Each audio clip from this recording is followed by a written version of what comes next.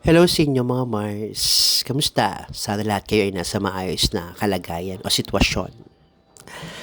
Hi mga Mars, share ko lang tong mother ko. Kanina paupo ko sa gilid ng upuan. Nagkakape. Pagliyong ko napansin ko yung mother ko nagtatahi. Ay rin mga common na ginagawa ng mother ko. Nagtatahi ng punda. Minsan yung mga shorts namin, tinatahi niya.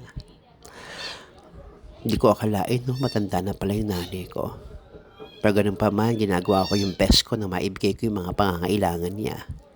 Yung gusto niya, mapasaya ko lang siya. Minsan nga sabi niya, sana ipasyal mo naman ako. Pinapasyal ko siya. Sabi niya, naku, pili mo naman akong lupa ng halaman. Binibilang ko siya ng lupa ng halaman.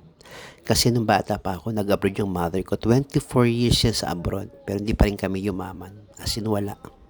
Kasi maliit lang yung sahod ng nanay ko. Kaya nagkatrabaho ako, nakatapos sa pag-aaral, pinag-pray ko sa Panginoon na sana mag-stay lang sa Pilipinas yung mother ko at ako na magbibigay ng mga pangangailangan niya. Pinakinggan naman ni Lord at natutuwa ako sa Panginoon kasi kahit paano binigyan niya ako ng lakas, talento, nang maibigay ko yung mga, na makumita ako ng pera at maibigay ko yung mga pangangailangan ng mother ko. Sobra-sobra yung binigay sa akin ng Lord. Although minsan kahit makasalanan ako, pero si Lord nandyan. Ayun yung mother ko, sabi niya gusto niyang tindahan, bigyan ko ng tindahan. Yun nga lang, di masyadong maraming laman. Basta gusto lang niya malipang. Nakakatuwa Lord kasi, mga Mars, kasi binigyan niyo yung mother ko. Malakas pa. Kaya sana Lord, i-guide mo pa si mother.